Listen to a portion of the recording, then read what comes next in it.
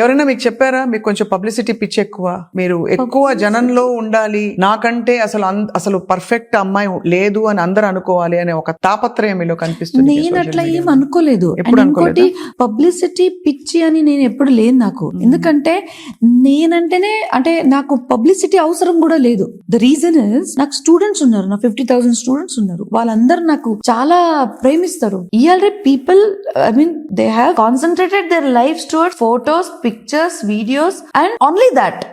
నేను only that కాదు, నా పని నేను చేస్తుంటాను. మళ్ళా ఎక్కడికైనా ఈవెంట్ కి వెళ్తే I present myself well.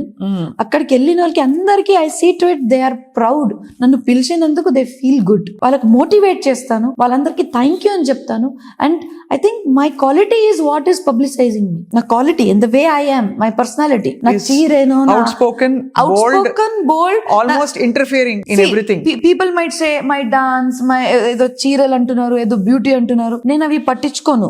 నేను ఎట్లా కనిపిస్తానో నేను చూడను. అఫ్ కోర్స్ రెడీ అయినప్పుడు మంచిగా కనిపిస్తాను, చూస్తాము, అయిపోతే బయటికి పోతాం. దాని తర్వాత నేను ఎట్లా మాట్లాడుతున్నాను, నా కంటెంట్ ఏముంది, నేను జనాలకి ఎట్లా ఇంప్రెస్ చేయాలని impress in the sense in right way.